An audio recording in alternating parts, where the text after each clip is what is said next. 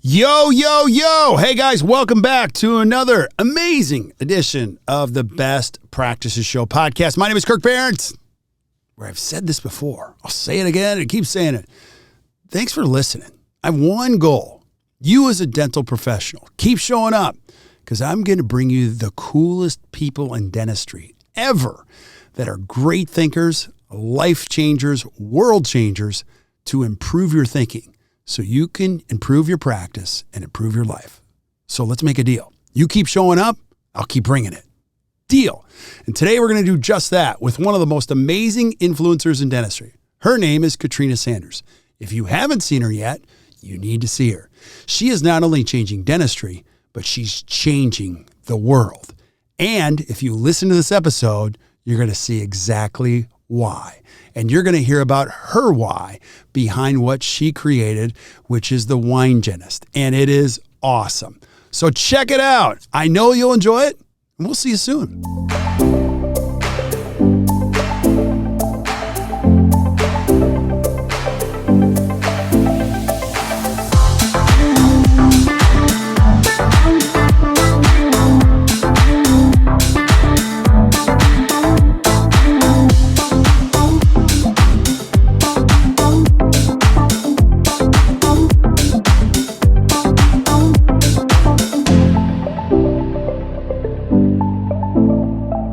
Hey guys, welcome back to the Best Practices Show podcast. You're in for a good one today. I mean a great one, because you know how this works. I just love hanging around with great thinkers, great speakers, great influencers, and passing along the information to you so you can create a better practice and a better life. And there's a rock star in the house. She's in the house.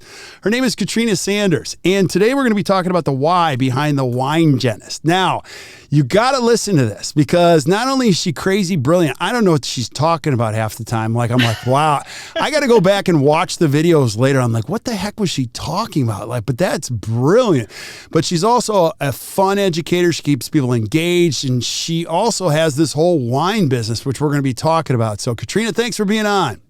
Oh my gosh. Thank you as always for having me. I'm so excited. Anytime I get to hop on the microphone with you is a fabulous day. So thank you so much. I'm glad You're to be so here. kind. You have no idea what we're going to be talking about, the questions I'm going to ask, and you can save your compliments to later. So Okay. No, but this is awesome. So today we're going to be talking, you've got some really cool things on the horizon. We're going to be talking about the state of perio and hygiene in the world, and what you could do as a dentist, if you're listening. Like Katrina and I were talking about this, there's a whole new thing going on in the world. Now that people are not working from home and they've got this commute, they like having somebody else in the car with them. And so I'll just tell you, we're here hanging out with you. So if you're listening to us on the drive, pay attention to the road. We'll keep you focused. But our hope is that we create a little value for you, that when you go to your office, your practice, you're improving things. And by osmosis, your thinking is going to improve everybody else's thinking. So Katrina, let's start here though. I want people to know who you are. I know who you are. Our followers know who you are. But who is Katrina Sanders? Oh my gosh. So, I think the most important thing is that Katrina Sanders hails from Milwaukee, Wisconsin. Woo! I mean, come on. Yeah. So I'm from Milwaukee. I went to dental hygiene school at the University of Minnesota, and then moved down here to sunny Phoenix, Arizona, where I've been practicing for the past 15 years, which just is crazy to me. I feel like I just graduated yesterday. And, it's interesting, as you were saying your intro, and talking about, perio numbers and, doing the right thing for our patients, and some of the changes that we're seeing in the patient population now in this post-endemic, we're calling it an endemic now, this post-endemic world that we're in. It took me back to when I had been practicing and I started to feel that burnout. Mm-hmm. And I think that burnout is it's so real. It's hard because we graduate from dental and dental hygiene school, and we are so excited about the profession. I think we're also super excited to get our first paycheck after dental and dental hygiene school, right? And as we move from what we learned in school, which is the way you're quote unquote supposed to do it, into this concept around the quote unquote real world, something happens along the way, this, so to speak, aging process of what it is that we're doing as professionals. And I don't know. I feel like we struggle in dentistry with this burnout, this how do you show up every day despite the compassion fatigue, the no offense, but I hate you Right. of the patients that sit down and the insurance companies that are declining our treatment modalities and just every, marketing strategies to bring in new patients and trying to schmooze the patients you have. And, oh, this crown doesn't fit. And all these things that you have to deal with as a provider, as a, individual in the dental practice. And so it reminds me of really where the start of being a dental WINEgenist came for me. And that was, I continually found throughout my clinical practice that the days when I could connect back to my why, my passion, the thing that really drove me to dentistry and the thing that continues to keep me moving in dentistry, that I had to focus on that why. I had to release those frustrating patient experiences, and I had to release those insurance companies that are just going to make my life, frustrating. And I had to go back to that why. Right. Now, let me ask you this, because this is interesting, because I love the whole conversation around the why. We are not saying that when you're frustrated, drink wine. Okay. That is not at all what we're saying. That is not what we're saying. No. Now, I will tell you, there are times that helps, but there's a certain point where too much of it. But I'm fascinated by this. I want you to go back to this. Like, you do not impress me as somebody who experiences burnout. Now, again, you might be in a different part of your career, but like when I experience you speaking, teaching, like you're on fire. Like you're excited. What led to the burnout? Like, was it just like, because I think burnout is really real, but I don't know that it's all physical. I think it's a combination of a whole bunch of things. What was it for you? Oh my gosh. That's such a powerful question. And I think the burnout for me, and I don't think I'm alone in this, is that I want to wake up every day. My practice philosophy is I treat every patient in my chair like a member of my family that I like. Okay, wait. Piece, right? Member of my family that I like. Right. And that's important because as many of you might know my story, my mom in 2018 suddenly, tragically, and unexpectedly passed away from an airway obstructive disorder. And 2 years after that, my dad tragically, just within 36 hours, became septic from pneumonia. Wow. And died. And they both were healthy people. They both, before they collapsed in the same spot in the kitchen, they both were, living their lives, walking the dog, going grocery shopping, living healthy people lives. And so in all of that, when I now sit and I look at a patient sitting in my chair, I see my mom and I see my dad, and I think about, what is it that I would have wanted a provider to do for my mom or my dad? And I want to continue to carry that every hour on the hour, every patient I interact with. And yet I do get patients that are afraid to sit in my chair. They see the needle and they start to panic. I do get questions about, does my insurance cover this? And so that layer upon layer over time, it makes it hard for me to continue to go back to that. But I'm going to treat you like my mom, or I'm going to treat you like my dad, somebody I care about, somebody who I know is deserving. All of my patients are deserving of my top level of care. But it's hard to renew that energy over and over and over again when you've got these energy vampires that are kind of pulling you out of that. And so as a provider, that's where I began to feel the burnout. Yeah. And I'll share a little secret with you. A secret with you and all the listeners, I guess. I started to feel that burnout again as a speaker. Really? Whoa. Okay. Yes. That's very real. Yes. Yeah. It is very real. And it's been uncomfortable even sharing it, but I did feel that as a speaker, that, I am on airplanes and I'm racking up the frequent flyer miles, and I'm a big deal with Hilton Honors and Bonvoy and World of Hyatt.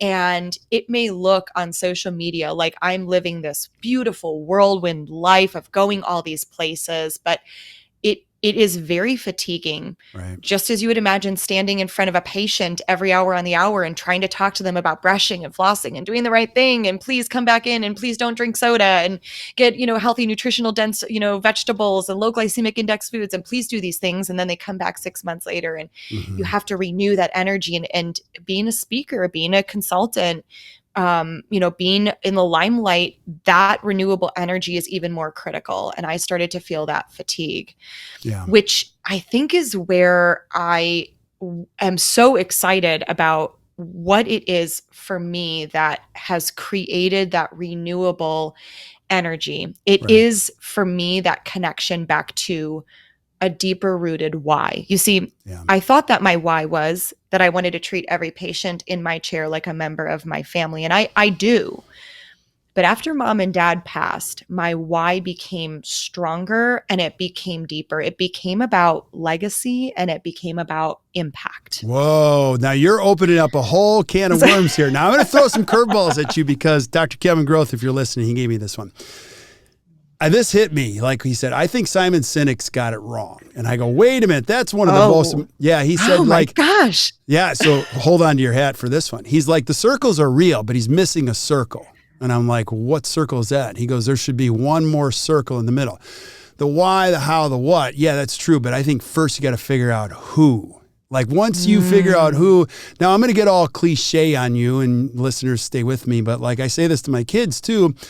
I think as a speaker, I've experienced burnout many times, and that's very real. Like there are times where you're like, okay, and the first time I'll just tell you, I was speaking in San Diego, and I won't tell you for what meeting, but I said yes. I said yes a lot early on, and Sarah, thank you for being so patient with me.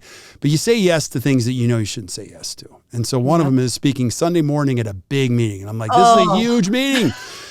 Honey, this is a huge meeting. This is my chance. Well, I walk into this room. There's 1,000 chairs in the room. There were like 11 people that showed up. Oh my gosh, because it's Sunday. And it's Sunday, and I was like, my wife was so mad. And I remember getting on a plane, flying back, and I was like, okay, listen, I got to choose who I want to be because on the road, and I'm not saying this in a negative, well, maybe I am. Like there are people that like being famous in the dental world. That is not my game. I could care less if you know my name. I want to provide some value. I want to have some fun. I want to get the room rocking. And I'm on the first flight out. Like I love the lectures. Me too.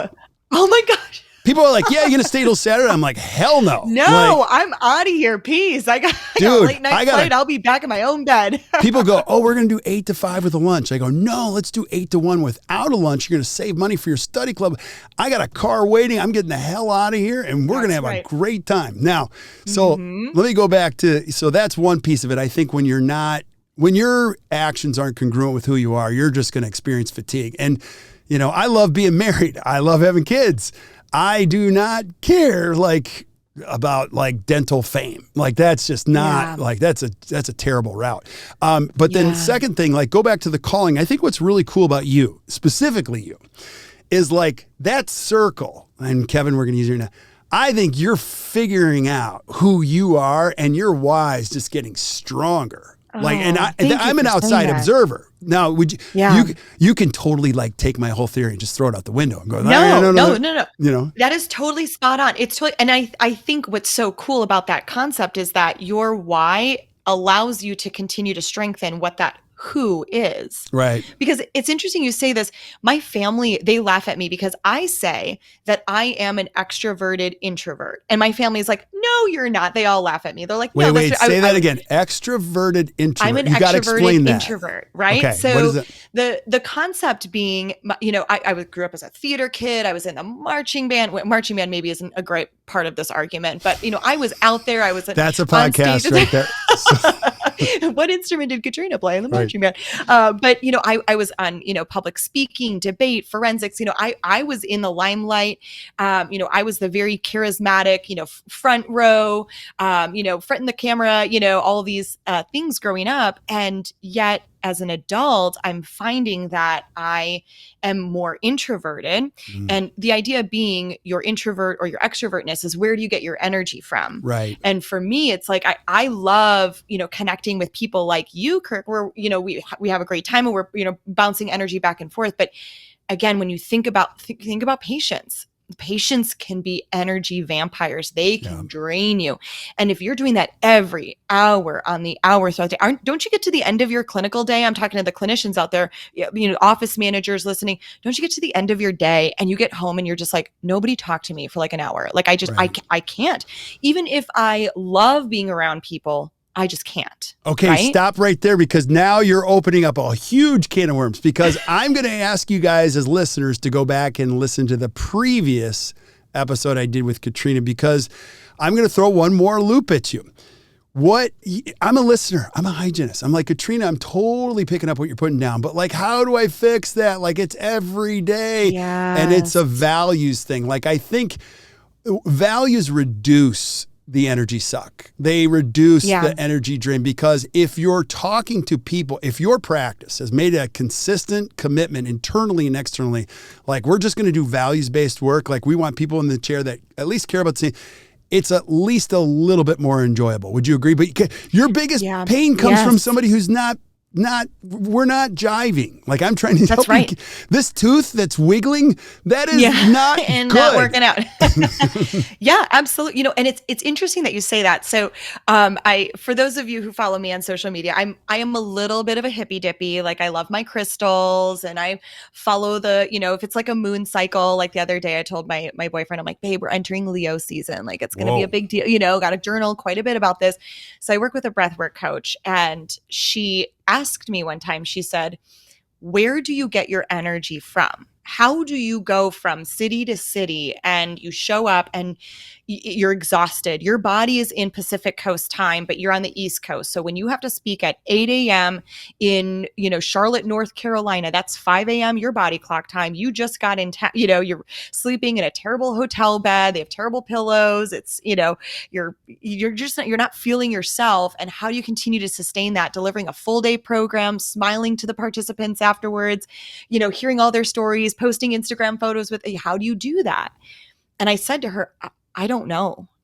And this is what she said to me. It was so powerful. And this changed how I started to function in 2022. She said to me, your work has to be a renewable source of energy for you.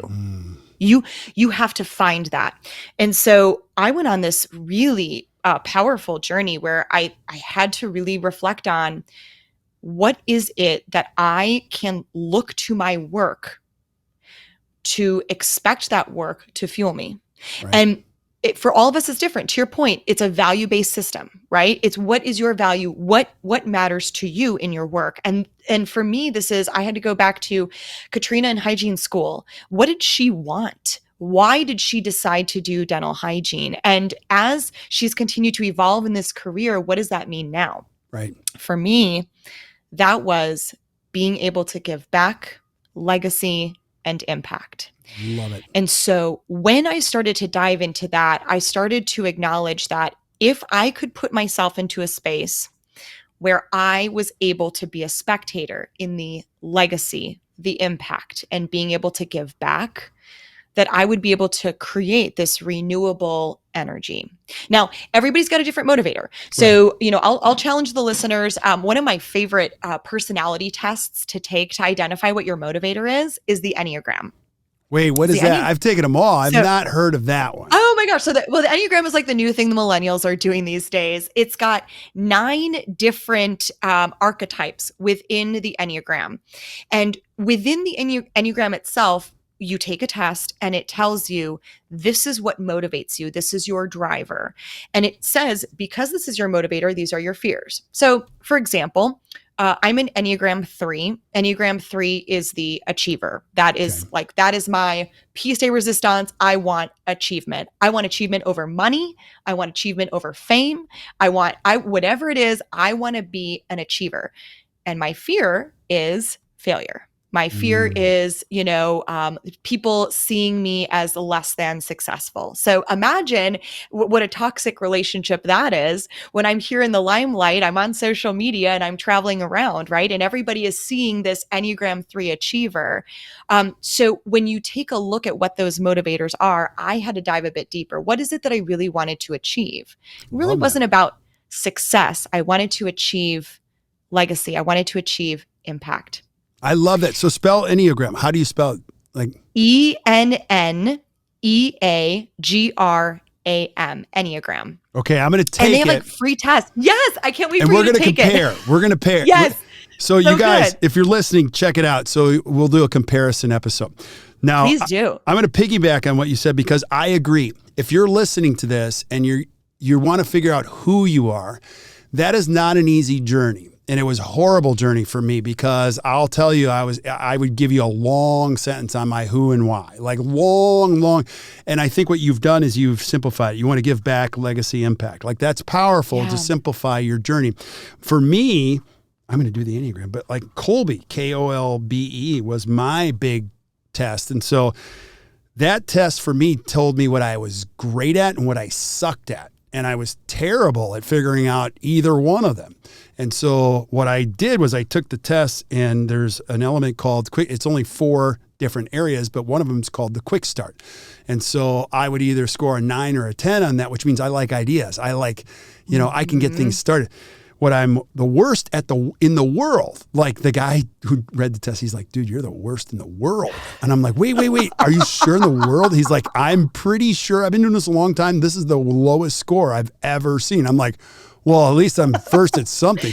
There you go. Is follow through. Like he's like follow through is you should never ever chew gum and walk or even say you're going to do something because it never happens. And I'm like, dude, you're like, are you a fortune teller? Like, are you how do you know me? Have you been Did you watching? talk to my wife?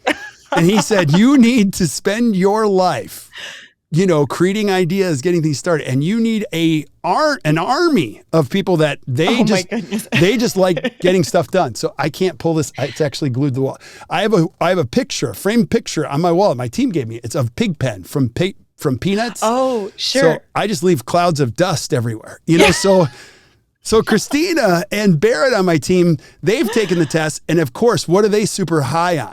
They're good in implementation and follow through. They're like the best in the planet. So like when we talk, it's awesome. Now, that's not the end all, but like I think what you're saying is absolutely true. You got to figure out who you are so you can start to build both of those circles. Now you got to go into this. I want you to keep going.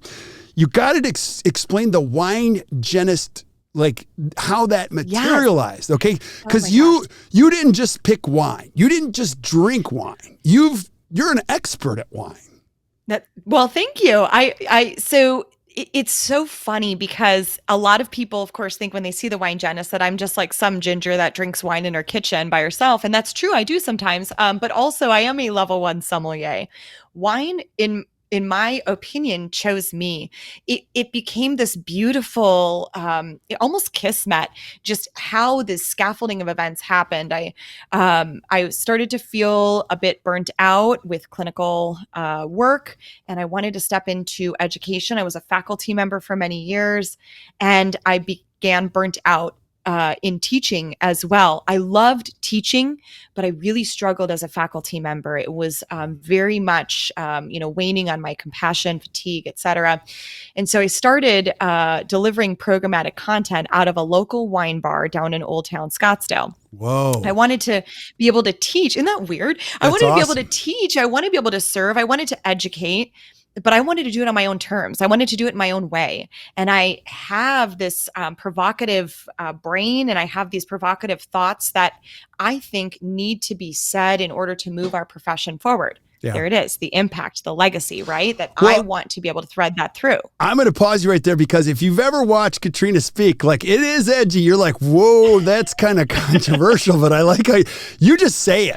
You just put it out there, but you also have the research to back it. So that's powerful. Now I got to ask you this. I have so many questions. What the heck is a level 1 sommelier? Are there I don't know anything. What is it? So, to become a sommelier, there are 2 major groups. There's WSET and then the Court of Master Sommeliers. Court of Master Sommeliers is a bit more of the prestigious, they are kind of the traditionalists. So I'm a level 1 with the Court of Master Sommeliers. There are 4 levels. The 4th level is your Master Somm, of which there are only a couple hundred in the world. Wow. You have to completely dedicate your life for over a decade to just tasting wine and knowing every flavor of soil in the world. I mean, it is a pretty intense piece, but to get a level 1 sommelier is really wonderful. You learn a lot about the didactics, you learn a lot about hosting tastings, and you do blind tastings as well. And, I found this to be a neat departure from the heavy science of what we learn in dentistry, but also it was kind of piquing my curious brain. Yeah. So I was studying for my somm and I stumbled upon this random journal. And it was a guided journal that I'd purchased because I wanted to figure out what I wanted to be when I grow up, as we all are, right? And so I thought, okay, what do I want to do? And this journal asked a prompt. And so, for those of you listening, if you're interested in this, write this down. Don't pull over and put it in your notes. But the journal prompt asked me, if you could do whatever you wanted for the rest of your life and money was no object, what would you do? Now, you have to do it within reason. So most people initially would say, well, I would just, hang out on the beach and drink cocktails all day. Well, that gets boring after a week or two, right? If you're a purpose-driven human, after 2 weeks of doing that, you need to get back to something where you are seeing the impact of your life and your work on our community. For sure. So what would you actually do with your life? Money is no object. What would you do? And I wrote, I would drink wine, talk about dentistry, and save homeless animals. That's what I wrote. That's awesome. Now that's a pretty unique combo. Like that's right. Who puts those together? I'm going to put my marketing hat on. Like Katrina, we've been doing marketing a long time. That's a very unique purpose, weird. Core purpose statement right there. That we can brand. And I'm pretty sure if I do a trademark search, nobody's done that yet. That's right. Yep. But so loop that in with those three things to the wine store in Old Town Scottsdale. Is that what you put together at that time? So that's what I started to do was I started to build out programmatic content where I was speaking about dentistry. I was serving wine, and the wine that I was serving is from this tasting room in Old Town Scottsdale. Lisa Stritt is my winemaker with Eridus. Shout out to Scott and Lisa. They're amazing. Mm-hmm. And I started to donate portions of my proceeds to nonprofit pet rescues in the area. It turns out when you tell people, hey, proceeds are actually going to go and help, homeless critters, people are 100% on board. And I was doing that in a small scale because I had to grow and I had to figure out where it was that I was going. And that's when it really hit me that I was playing small. I was playing small and I really needed to take what it is that I was doing and go big or go home. Right. So but in what fashion? Like dental education specifically, or wine education, or a little bit of both? Like I felt like I was making an impact. Okay. And I felt like people were watching what I was doing and they were impressed by it. Right. But with the exception of me hosting an event where I'm serving wine, it wasn't really different from other meetings where other people were hosting events and serving wine. It didn't set me apart. And it really felt like I needed to take that next big leap. And so like you do, you take the next big leap, right? Yeah. So my next big leap was, I'm going to start my own line of wines. Whoa. And of course, everyone, now listen, I'm going to pause you right there. Whenever you come up with a BHAG, a big, hairy, audacious goal, the first thing that happens, you guys, listen to this. 30 people come up to you and go, you're never going to make it. Oh, 100%. It's a cutthroat. Wine is a cutthroat business. So did that happen to you? Yeah. Oh, absolutely. And literally along the way of designing these wines and the labels and getting the glass shipped and all of it, like everything that could go wrong went wrong. And I will say it's interesting. It's just the way it all had to happen.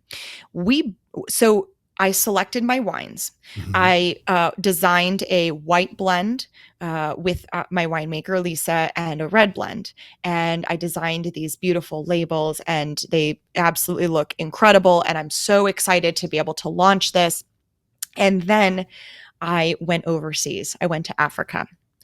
And I did that because remember, my renewable energy has to come from a space of legacy and impact. Love it. So I had met a dentist. Her name is Dr. Kim Harms.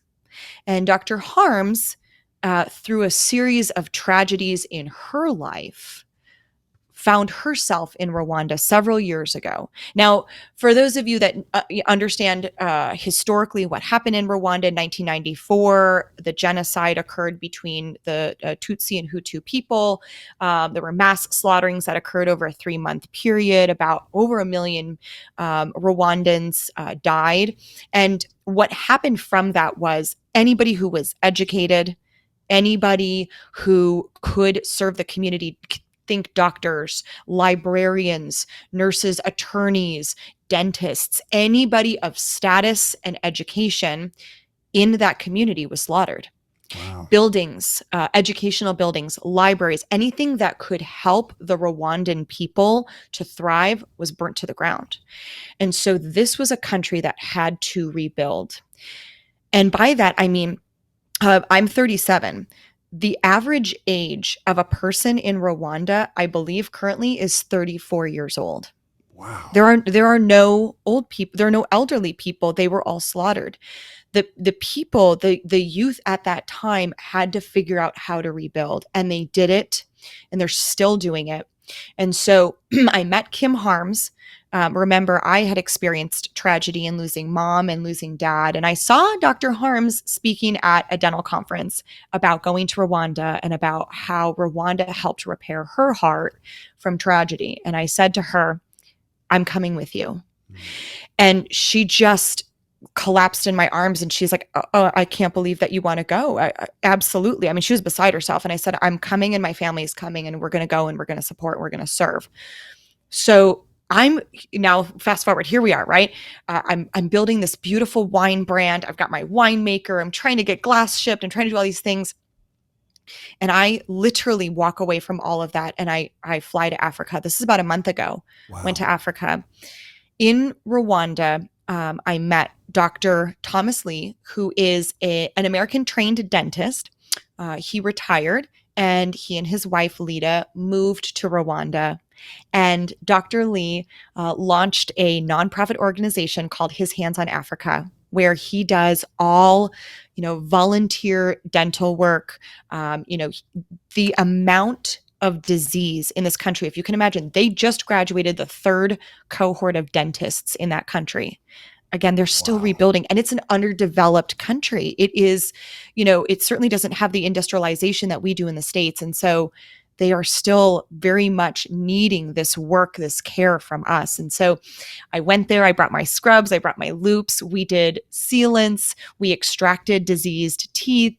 My boyfriend Dale played soccer with the kids in the schools.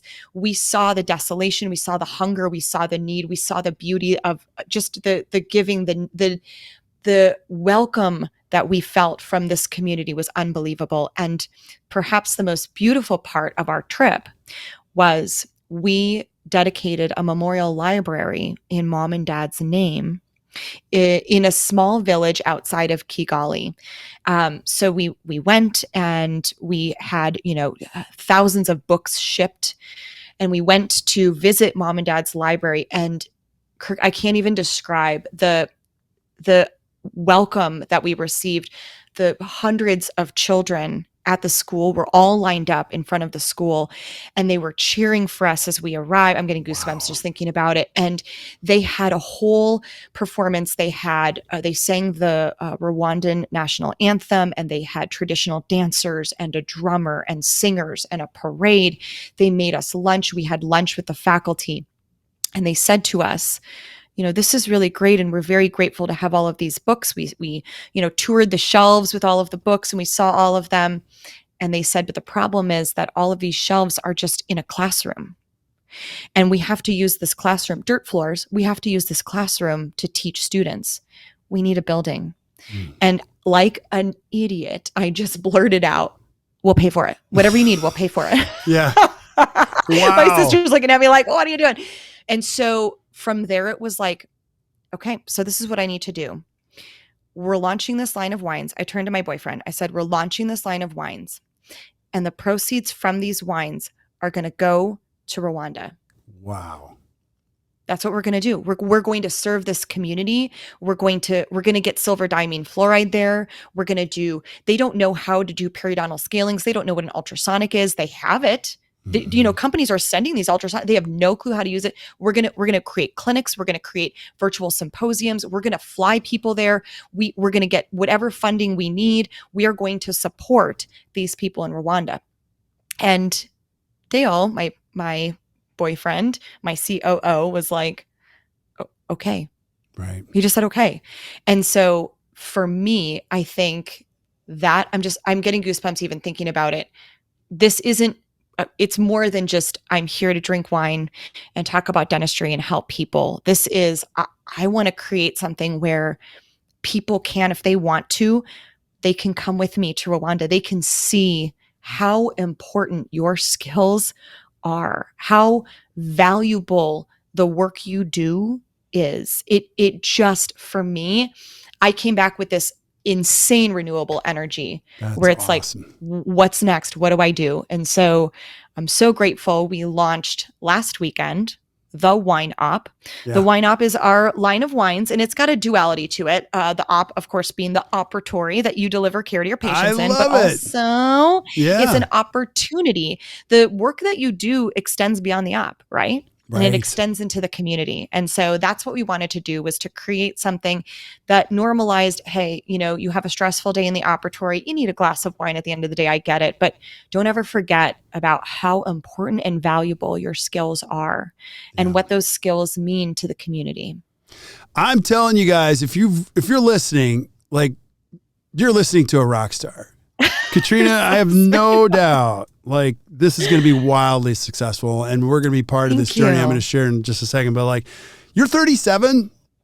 I know. 37? Crazy. That is awesome. Like, I have no doubt. We're going to do like a year by year, at least check in with you. See what I'm up to. The next chapter, whatever that is, when you're 47, it's going to be a pretty cool chapter. You know what I mean? Like, my gosh. And then I hope I've got buildings all over Africa, and I hope that, you know, so many people are being served like that. I'm just kind of getting choked up thinking about it. Like, I hope that's the impact. It's not my legacy, it's mom and dad's, but I'm the vessel for it, and I'm grateful. You're the facilitator for this. I think, I mean, if you're taking notes too, giving back, legacy, impact, like, I mean, all those dots are hitting the middle of the circle, which ultimately is giving you the renewable energy where it's hard to be burned out when you're committed to something bigger than you. 100%. That's the statement of the day. It is hard to get burnt out when you are participating in something where that energy, the work that you're doing is far bigger than yourself, your community, even the world that you know it, because there's so much out there, and it's really beautiful to see what we can do with our time. Yeah. So I got to ask, I mean, we're going to talk about like what you're doing now, the wines are rolling. I can't wait. Yeah. You're going to do a course for our community here. We're going to talk about that in just a second. But I got to ask this question. Like, you're a thinker. I got to know what the next chapter looks like. You gave us the historical story and the why and the WINEgenist and like what you did, but what's on the road ahead? Like, I know you're always thinking like, okay, it's anyone's guess. Next 6 months to a year, what are you going to be up to?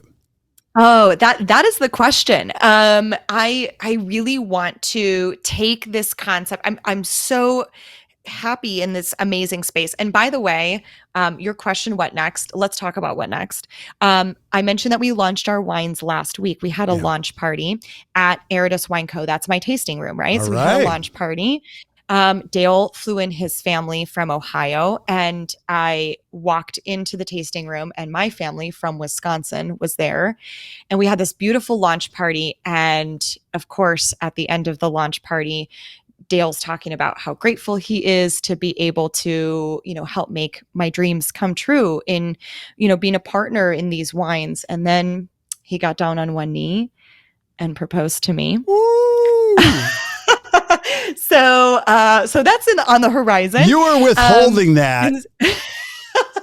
It still feels so surreal. I know. But honestly, you know, I'm in this beautiful space where it's like I'm feeling all of this like energy from mom and dad, and certainly from Dale, and just people like you supporting that. I want to see what it is that I can really do. Our wines, we just contracted a little warrior. His name is Nolan. He's 7 years old. He is fighting through leukemia, and he just illustrated my newest wine label. How So we're cool going to is be that? launching a series of wines for our tiny warriors who are fighting against cancer. So I want to be able to really use this as the true vessel that it should be in being able to do good. And I want to create more awareness. I want to be able to hop on podcasts. I want to create study clubs that really help leverage this concept of it's okay to have a frustrating day in the operatory. Come, join our mission and, be part of something, grab a glass of wine, sit down and revel in the fact that yes, you had a crappy day, but that does not mean that you have to have a crappy career. There's so much more out there. And I want to create that movement where it normalizes people stepping into their power and doing what it is they need to in order to better show up for their patients. Amen. Well, I'm in. Drop the mic. Yay! Enough said. Like, bam. That is amazing, Katrina. So Thank you. Thank you. That is just awesome. So if you guys are listening, you're not taking notes, don't worry. We're taking notes for you. So everything Katrina has mentioned, our show notes are, thank you guys. You guys are amazing. They're documenting all. So if you're driving, wait until you're done driving, flip up to the show notes. You're going to see links to all of the things that Katrina mentioned. So we're going to make this super easy for you. But I want you to talk. Now, I didn't even ask you. I just voluntold you to. You're coming to Milwaukee and you're going to do a quarter. You're like, what? I don't know. You're bringing some wine too. So can you talk about what you've got planned for us in the ACT community? It's so cool. We're like pacing back and forth waiting for you to get here. So what are you going to be doing? You guys are amazing. Well, we've been talking about this for a long time, you and I, that we need to get Katrina Sanders back to Milwaukee. We need to get Katrina to the headquarters. And so I don't know. I think we should just do a launch party in my hometown. What do you think? Go. And so that's what we're doing. We're bringing our wines. We're going to do a wine tasting launch party at the ACT headquarters. Right. Now, it's not all, now, if you're listening, it's not all about drinking, okay? Your team is going to come and get educated. That's so right. Yes. So, I suppose we'll do that too. A dentist might be like, well, my team, they kind of drink a lot already. So no, you're going to see Katrina's one of the best educators in dentistry. So let's start with the education piece. What are they going to learn during the day? Oh my gosh. Okay. So, the program that we're going to do in October, so this is going to be October of 2020, is a program that I love called Getting Them to Ask for Treatment. Love it. So we're going to flip it on its head. I'm not interested in case acceptance because case acceptance really means, what do you think? Do you want to do it?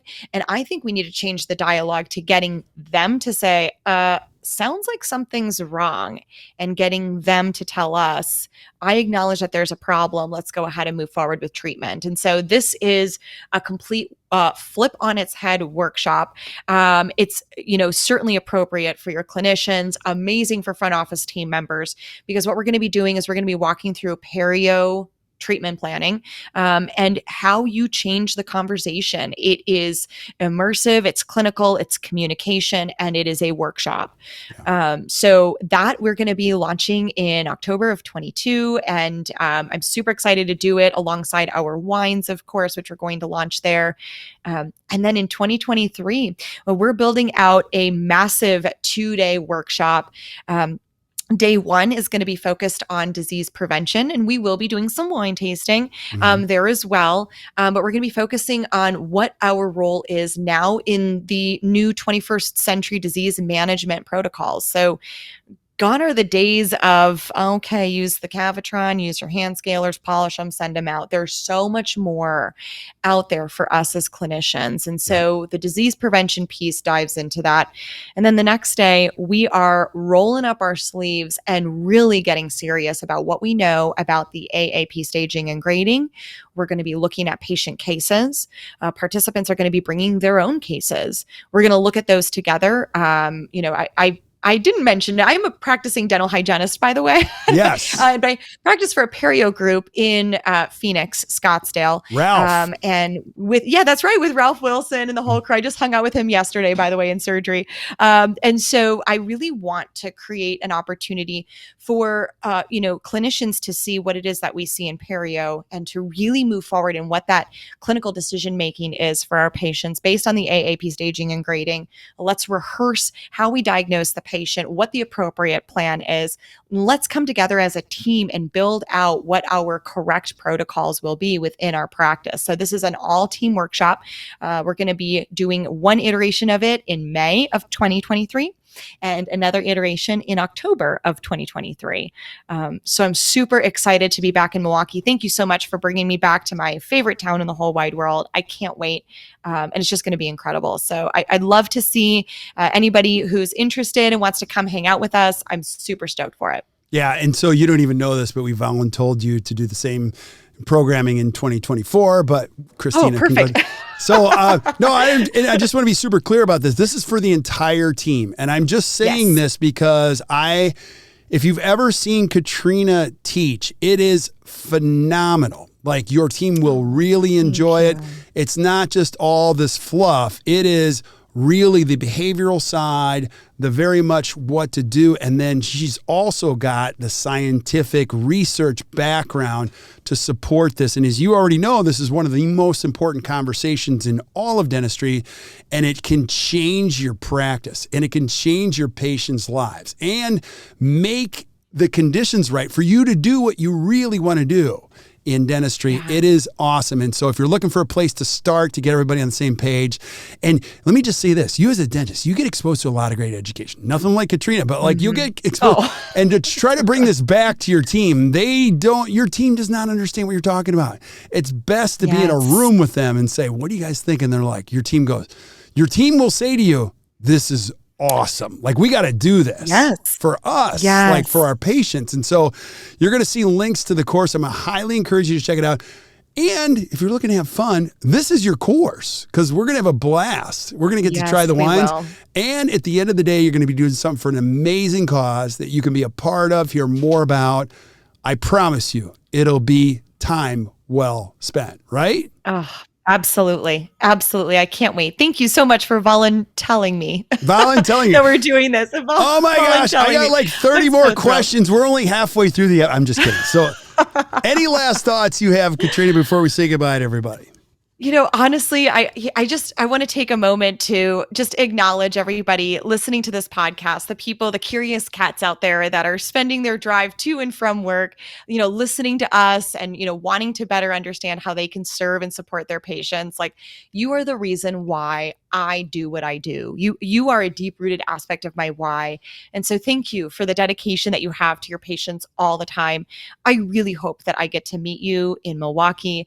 And Kirk, until next time, I'm super, super stoked to be on this podcast and to be a part of everything that ACT is doing. So thank you. Hey, it's our pleasure, and thank you. We're going to create a whole series. Like I was showing, let's do it. If you guys are watching on video, you're going to see, like, I got a stack of 3x5 questions that I get all day long on different components. And so Katrina doesn't even know this, but I might have a fishbowl here. I'm just going to throw all these cards in. I get all these questions all day long, like on perio, 4,000 cards, verbal skills, say this, not that. I'm like, I'm just going to invite you on. You're not even going to know what we're talking about, and we're just going to throw questions at you because you'll answer. I love it. I love it. Happy to do it. I'm so excited. Oh, we're going to have a great time. So stick around. We say goodbye to everybody else, but thank you guys for listening to the Best Practices Show podcast. Hey, if you enjoyed today, do me a favor. Just hit the share button, share it with your friends.